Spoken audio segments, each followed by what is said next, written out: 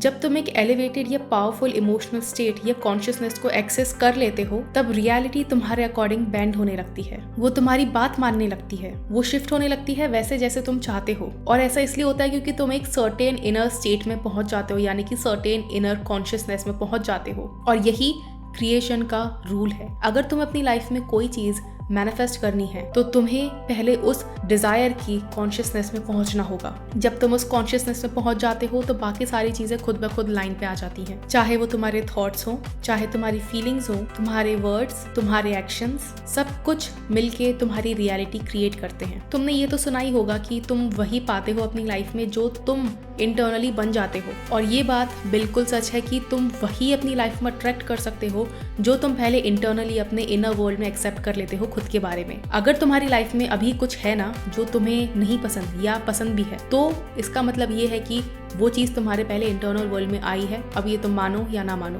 ये तुम्हारे ऊपर है। जितना जल्दी मान लोगे उतना अच्छा होगा। ये बात हमेशा याद रखो कि तुम्हारा इनर वर्ल्ड ही, जो कि एनर्जेटिक सेल्फ है तुम्हारा, वो ही तुम्हारी एक्सटर्नल रियलिटी यानी कि फिजिकल रियलिटी क्रिएट कर रहा होता है। लेकिन एक सबसे पावरफुल चीज क्या है जो तुम्हारा इनर वर्ल्ड कैसा होगा ये डिसाइड करता है? तुम्हारे वर्ड्स, थॉट्स, इमेजेस, फीलिंग्स। क्या तुमने अपनी लाइफ में ये चीज नोटिस की होगी कि कई बार तुम्हारे थॉट्स के साथ कुछ एक्शंस और कुछ फीलिंग्स ऑटोमेटिक होती हैं, अनकॉन्शियस होती हैं। देखो, कुछ चीजें होती हैं जिनसे हम अपने अनकॉन्शियस को कॉन्शियस बना सकते हैं, और वो करके हम डेलिबरेटली बेटर एक्शंस ले सकते हैं, बेटर हमारी रियलिटी हो सकती है, बेटर हमारे इमोशंस हो सकते हैं। और अगर ऐसी कोई चीज है तो हमें डेफिनेटली वो चीज करनी चाहिए। लेकिन एक चीज जो गारंटी तुम्हारे एक्सटर्नल वर्ल्ड को बेटर बना देगी वो है तुम्हारे एलिवेटेड इनर स्टेट, यानी कि तुम्हारा एलिवेटेड कॉन्शियसनेस या फिर अवेयरनेस, कॉन्शियसनेस/अवेयरनेस। इसको ऐसे समझो, मान लो तुम लव कॉन्शियसनेस में हो या फिर तुम किसी वेल्थ कॉन्शियसनेस में हो, तो तुम्हारे थॉट्स, फीलिंग्स, इमेजेस, सब कुछ कैसा होगा? वो वैसा ही होगा जैसा तुम्हारा कॉन्शियसनेस है,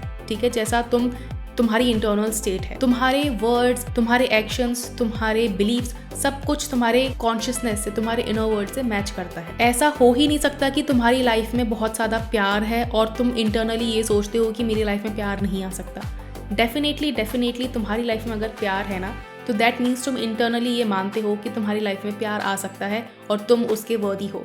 तो तुम ये देखो कि तुम्हारी इंटरनल स्टेट तुम्हारा एक्सटर्नल स्टेट से हमेशा मैच रहेगी। देखो, कॉन्शियसनेस को ना हम एक स्केल से नाप सकते हैं, वो है हॉकिंस स्केल ऑफ कॉन्शियसनेस। अगर तुम उस कॉन्शियसनेस के 200 लेवल के ऊपर रहते हो ना, तो ये तुम्हारा एम होना चाहिए कि मुझे उसके ऊपर रहना है, क्योंकि उसके ऊपर रहते हो तो तुम एक एलिवेटेड हायर कॉन्शियसनेस में होते हो।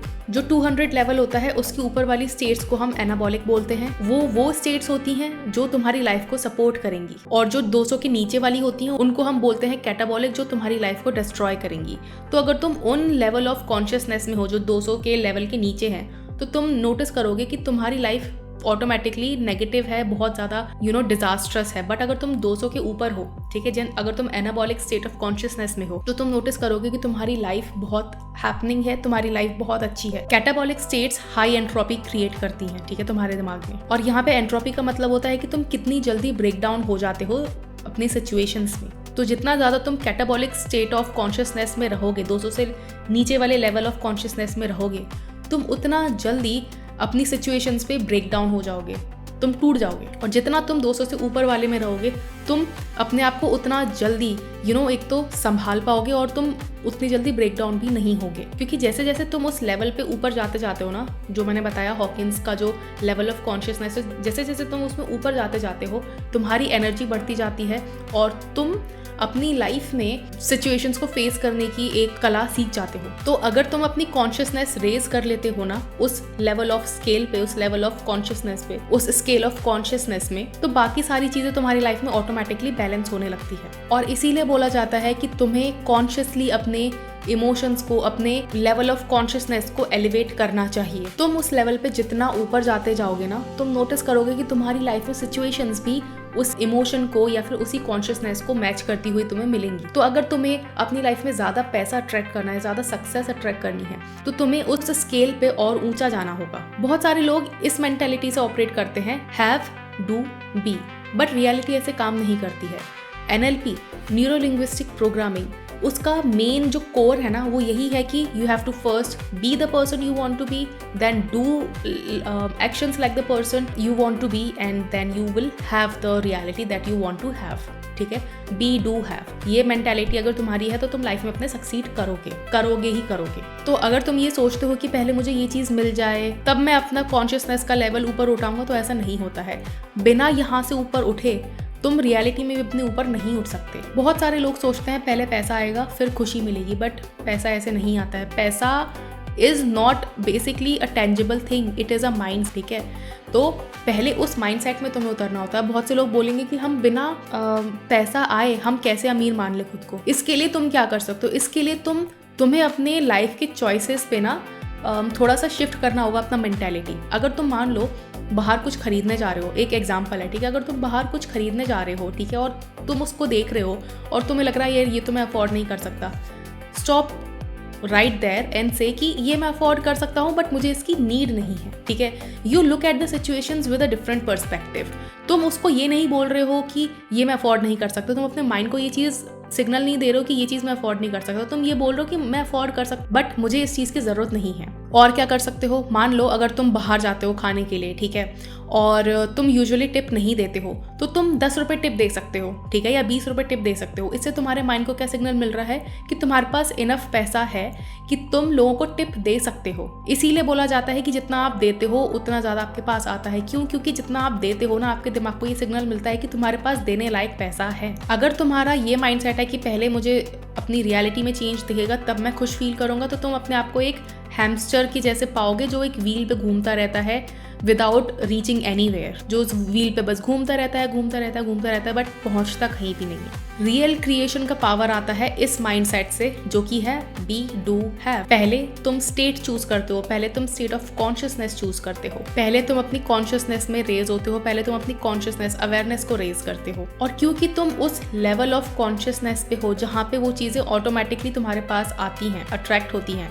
तो तुम नोटिस करोगे कि जब तुम उस लेवल पे पहुंच गए हो, ठीक है, या उससे ऊपर पहुंच गए हो, तो तुम्हें ऑटोमेटिकली उससे ऊपर वाली चीज़ें आने लगेंगी और वो इतनी एफर्टलेसली होंगी ना कि तुम्हें लगेगा कि यार ये तो आउट ऑफ नोवेयर है, बट वो आउट ऑफ नोवेयर नहीं होता है।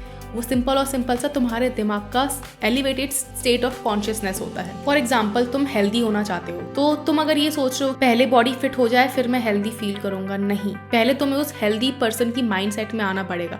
वो हेल्दी पर्सन कैसे सोचता होगा, वो 4 टाइम दिन में बर्गर नहीं ठूसता होगा, वो 4 टाइम दिन में ये नहीं सोचता होगा कि अब मैं क्या खाऊं, वो हेल्दी चॉइसेस लेता होगा। वो ये सोचता होगा कि इस मेरे खाने में कितना प्रोटीन है भी या नहीं है, ठीक है। उसकी हेल्दी चॉइसेस पहले यहाँ बनती हैं, फिर उसकी बॉडी में रिफ्लेक्ट होती हैं। प्रॉब्लम ये है कि बहुत सारे लोग अपनी फिजिकल रियलिटी को ना स्टार्टिंग पॉइंट बना लेते हैं। वो ये सोचते हैं कि ये मेरा स्टार्टिंग पॉइंट है, और तुम्हारी ये जो फिजिकल रियलिटी है ना, ये कुछ नहीं, ये बेसिकली तुम्हारी हिस्ट्री है।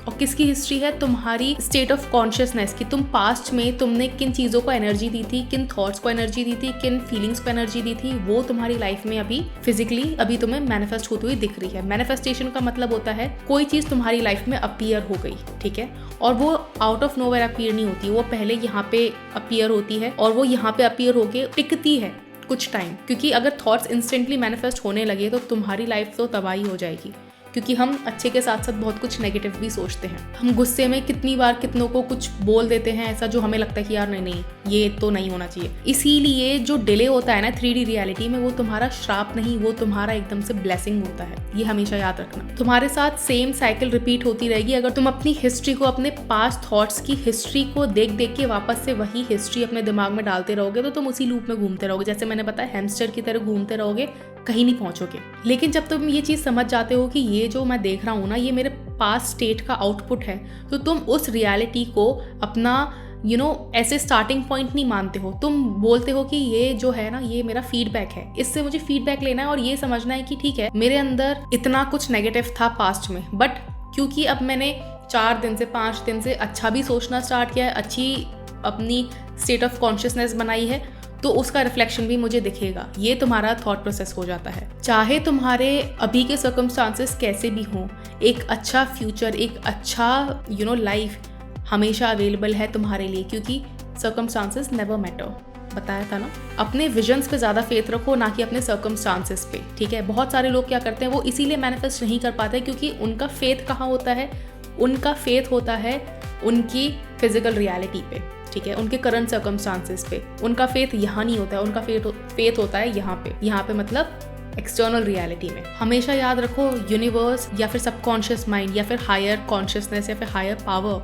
जिसको हम अलग अलग नामों से बोलते हैं, ठीक है, वो हमेशा तुम क्या बन रहे हो इनसाइड उस पे रिस्पॉन्ड करती है, ना कि तुम्हारे वर्ड्स पे, ठीक है। वर्ड्स तो यूज होते हैं उस स्टेट ऑफ बीइंग में जाने के लिए, ठीक है। इसीलिए बोला जाता है एफर्मेशंस काम नहीं करेगा, विजुअलाइजेशन काम नहीं करेगा अगर वो विजुअलाइजेशन, अगर वो एफर्मेशंस तुम्हारी स्टेट चेंज नहीं कर रहे हैं। तो जब तुम जेन्युइनली फील गुड कर रहे होते हो ना इनसाइड, जब तुम अंदर से अच्छा फील कर रहे होते हो, तो तुम नोटिस करोगे कि तुम ऑटोमेटिकली एक हायर कॉन्शियसनेस में पहुंच जाते हो। लेकिन याद रखना, फेक पॉजिटिविटी नहीं यहाँ पे कि फेक स्माइल कर रहे हो बट अंदर से तुम्हारे एकदम तूफान चल रहा है, अंदर से ऐसा लग रहा है कि यार क्या हो रहा है और तुम चेहरे पे कर रहे हो, ऐसा नहीं चलता है। वो जो सोर्स, वो जो तुम्हारा इंटरनल वर्ल्ड है, वहाँ पे तुम जेन्युइनली हैप्पी फील कर रहे हो विदाउट एनी रीजन। नोटिस करना कि तुम्हारी बड़ी से बड़ी मैनिफेस्टेशंस ना तब पूरी होती है जब तुम उस मैनिफेस्टेशन पे ध्यान भी नहीं दे रहे हो, अपनी लाइफ में इतना तुम खोए हुए हो कि तुम्हें याद भी नहीं कि तुम कोई चीज़ मैनिफेस्ट कर रहे थे, क्योंकि तुम उस टाइम एक एलिवेटेड स्टेट ऑफ कॉन्शियसनेस में होते हो। हमेशा याद रखना कि तुम्हारी लाइफ में